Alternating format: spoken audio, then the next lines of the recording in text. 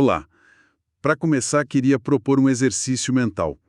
Se pedissem para você descrever algo infinito que está totalmente fora da nossa experiência, por onde começar? É complicado, né? É quase impossível. Pois bem, hoje a gente vai analisar uma corrente de pensamento teológico que lida com isso, só que de uma forma assim, totalmente inesperada. Em vez de, sei lá, tentar dizer o que Deus é, ela foca em dizer o que ele na verdade não é. Pois é. E essa abordagem, que parece um quebra-cabeça filosófico, tem até nome. É a teologia apofática. Ou teologia negativa. Teologia apofática. Exato. A grande sacada é admitir, logo de cara, que a nossa linguagem tem limites. A premissa é que Deus é tão transcendente, tão outro, que qualquer rótulo que a gente use, tipo bom, sábio, poderoso, vai ser sempre uma versão diminuída, uma simplificação. Então, o caminho para uma compreensão mais honesta seria ir limpando o terreno, sabe? Removendo os conceitos que não se aplicam, em vez de ficar acumulando definições que nunca vão ser o suficiente. E a fonte que vai guiar a gente nessa exploração é um artigo do Diego Pereira do Nascimento, que se chama Teologia Apofática, compreendendo Deus pelo que ele não é. A nossa missão aqui é desvendar essa ideia, que parece que vira lógica de cabeça para baixo. Por que alguém escolheria negar para entender? E qual o impacto disso? Tudo bem, vamos entrar nisso. Na prática, como é que isso funciona? O artigo dá um exemplo que ajuda a clarear. Em vez de afirmar Deus é bom, a teologia apofática prefere dizer Deus não é mau. Peraí. Parece um jogo de palavras, né? Exato. Para quem tá ouvindo, não só como uma complicação desnecessária. Tipo, pegar um caminho muito mais longo para dizer a mesma coisa. Parece, mas a intenção por trás é completamente diferente. O objetivo é cultivar uma espécie de humildade. Humildade intelectual e espiritual. Como assim? Quando a gente diz Deus é bom, a nossa tendência é projetar a nossa ideia de bondade nele. E, vamos combinar, a nossa bondade é limitada, às vezes é interesseira, depende do contexto. Certo. Ao dizer Deus não é mau, ou, de um jeito mais sutil, a bondade de Deus não é como a nossa, o que se faz é abrir espaço para uma bondade que está numa escala totalmente diferente que a gente nem consegue imaginar. É uma forma de se proteger de criar um Deus pequeno demais, sabe? Ah, tá. Agora a ficha começa a cair. Então é como o artigo sugere, uma proteção contra a idolatria conceitual. Exatamente essa é a expressão. É uma ideia forte essa. Quer dizer que toda imagem que a gente faz de Deus, por mais bem intencionada que seja, carrega o risco de virar um ídolo? Um ídolo feito não de madeira, mas das nossas próprias ideias? Exatamente. É um mecanismo de segurança para a gente não cair na armadilha de construir um Deus à nossa imagem e semelhança com os tijolos das nossas próprias limitações. Entendi. O artigo até cita aquela passagem de Isaías, que é o coração disso. Pois os meus pensamentos não são os vossos pensamentos, nem os vossos caminhos são os meus caminhos. A teologia apofática leva isso muito a sério. Ela convida a gente a ficar diante de um mistério que é maior que a nossa capacidade de colocar rótulo. Ok. Entendi a lógica de evitar definições limitadas. Mas, na prática, isso não cria um vácuo? Se eu só posso dizer o que Deus não é, o que sobra? Tipo, a fé se agarra em quê no dia a dia? Como se constrói uma comunidade, rituais, orações, em torno de negações? Isso não leva a um beco sem saída. Essa é a pergunta fundamental. E a resposta é: o que impede essa teologia de ser só ceticismo? O artigo deixa muito claro que a teologia apofática não vive sozinha. Ela é uma de duas asas. A outra asa se chama teologia catafática. A positiva, né? A positiva, a que a gente está mais acostumado. Certo, a catafática é a que afirma. É a que diz, Deus é amor, como está na primeira carta de João, ou Deus é nosso pastor. É a teologia que se baseia no que foi revelado, no que as Escrituras dizem que Deus é e faz. É o que dá conteúdo para a fé. Perfeito. A teologia catafática nos dá a matéria-prima.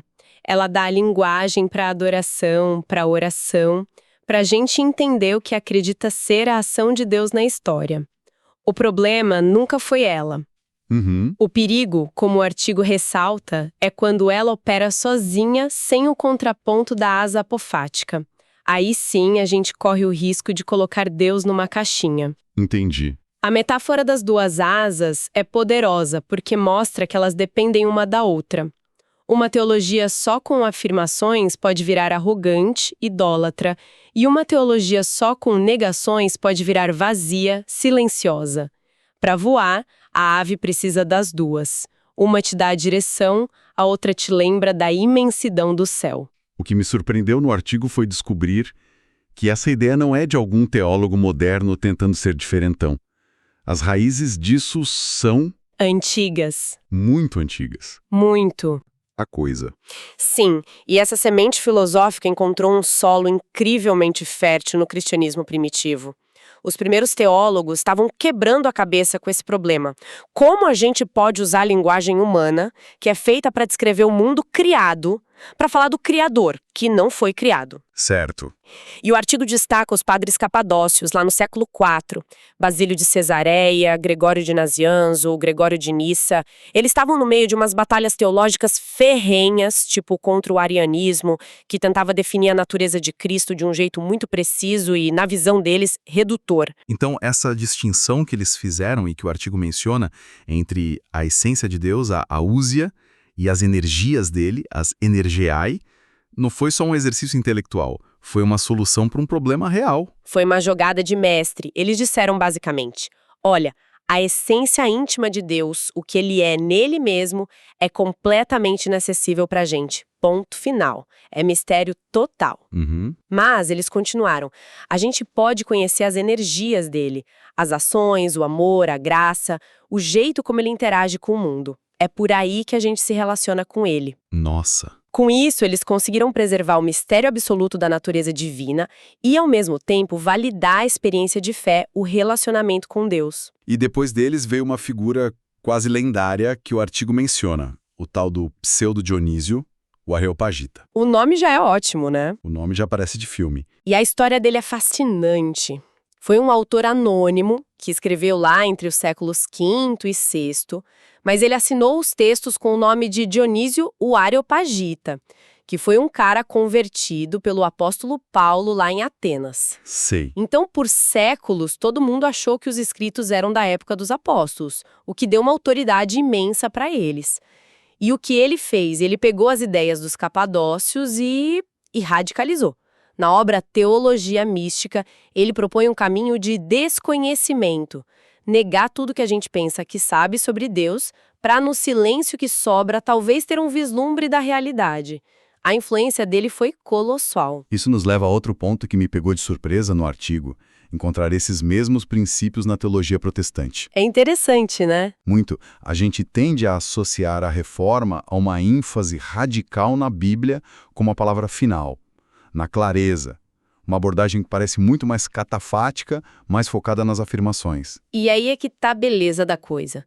Embora o termo apofático não seja comum no vocabulário protestante, o espírito dele tá lá.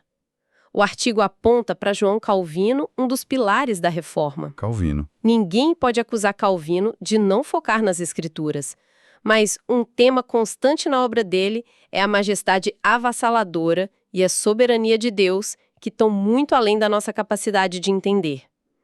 O artigo cita uma frase das institutas da religião cristã dele, que poderia estar num texto do Pseudo-Dionísio. Qual? Ele diz: a infinita essência de Deus é tal que transcende todo o sentido humano. Uau! Essa frase tem um peso apofático gigantesco. E o artigo faz uma conexão interessante com a doutrina da soberania de Deus. A ideia de que os planos de Deus são insondáveis e os caminhos inescrutáveis, como Paulo escreve em Romanos. Exato. É, no fundo, um reconhecimento do limite do nosso conhecimento. É admitir que, mesmo com a Bíblia na mão, a lógica divina opera numa escala que a nossa mente finita simplesmente não consegue acompanhar. Precisamente. Isso mostra que essa tensão saudável entre o que Deus revela sobre si e o mistério que ele continua sendo não é propriedade de uma única tradição. Ela pulsa no coração de todo pensamento teológico sério. As ênfases podem mudar, mas a consciência de que a gente está lidando com o infinito é uma constante. E essa consciência não é uma invenção filosófica, ela está enraizada em passagens bíblicas fortíssimas, que o artigo nos lembra. Vamos pegar algumas. Em Êxodo, quando Moisés pede para ver a glória de Deus, a resposta é direta. Você não poderá ver a minha face, porque ninguém poderá ver-me e continuar vivo. É muito forte. É uma declaração sobre a incompatibilidade entre o finito e o pleno. E essa ideia atravessa a Bíblia. No Novo Testamento, em 1 Timóteo, Paulo fala de Deus como aquele que habita em luz inacessível, a quem ninguém viu nem pode ver. Essa imagem da luz inacessível é genial. É ótima. O problema não é a escuridão ou a ausência. O problema é um excesso de luz, uma realidade tão ofuscante que cega a nossa percepção. A transcendência não é um vazio, é uma plenitude que a nossa capacidade não suporta. E claro, a passagem de Romanos 11, que a gente já mencionou, que soa quase como o manifesto da teologia apofática. Ó profundidade da riqueza, da sabedoria e do conhecimento de Deus! Quão insondáveis são os seus juízos e quão inescrutáveis os seus caminhos. Isso não é uma lamentação, né? É uma explosão de adoração. Exato. E esse é o pulo do gato. Essas passagens não são problemas para a gente resolver. São convites à admiração, ao espanto. Elas não querem frustrar a gente, mas nos levar a uma postura de reverência. E isso nos conecta direto com o aspecto prático de tudo isso, que o artigo chama de via apofática. Que, segundo o artigo, não é só uma teoria, mas um caminho espiritual, uma prática. Uhum. É a busca por Deus através do silêncio, do esvaziamento da mente, deixando de lado conceitos e imagens para tentar ter uma experiência mais direta desse mistério. E é aí que a teologia acadêmica encontra a espiritualidade pessoal. A reflexão sobre os limites da linguagem vira uma prática contemplativa. O objetivo não é mais pensar sobre Deus, mas tentar estar na presença de Deus, reconhecendo que em algum momento as palavras precisam parar. É a humildade teológica virando prática de vida.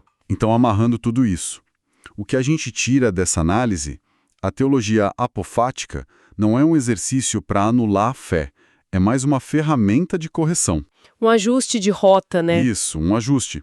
Ela ensina a gente a falar sobre Deus através da negação, para preservar o senso de mistério, a transcendência, para não criar um Deus pequeno demais. E ela não vive sozinha, mas equilibra as afirmações da teologia catafática como as duas asas da mesma ave. É, no fundo, um lembrete muito poderoso, né? De que a nossa linguagem, a nossa razão, que são as ferramentas mais preciosas que a gente tem, elas têm um limite quando se deparam com o infinito. E a gente viu que essa ideia não é uma invenção de agora, mas uma sabedoria antiga que vem lá da filosofia grega e atravessa as grandes tradições cristãs. No final das contas, é um chamado à humildade. Sabe que essa conversa toda me deixou pensando numa coisa como uma provocação final. O artigo, claro, foca na teologia. Mas esse método apofático, de se aproximar de algo definindo o que ele não é, será que não seria útil para outras áreas? Onde você está pensando? Penso em conceitos enormes, que também escapam a definições fáceis. Quando a gente tenta definir o que é a consciência, por exemplo, a gente não acaba sempre dizendo o que ela não é? Não é só o cérebro, não é só um programa de computador. É verdade. E o amor? Talvez a única forma honesta de falar das formas mais profundas de amor seja começar por tudo aquilo que ele não é. Não é posse, não é egoísmo, não é controle. Talvez esse caminho da negação seja, paradoxalmente, a forma mais honesta de honrar os grandes mistérios, sejam eles divinos ou humanos.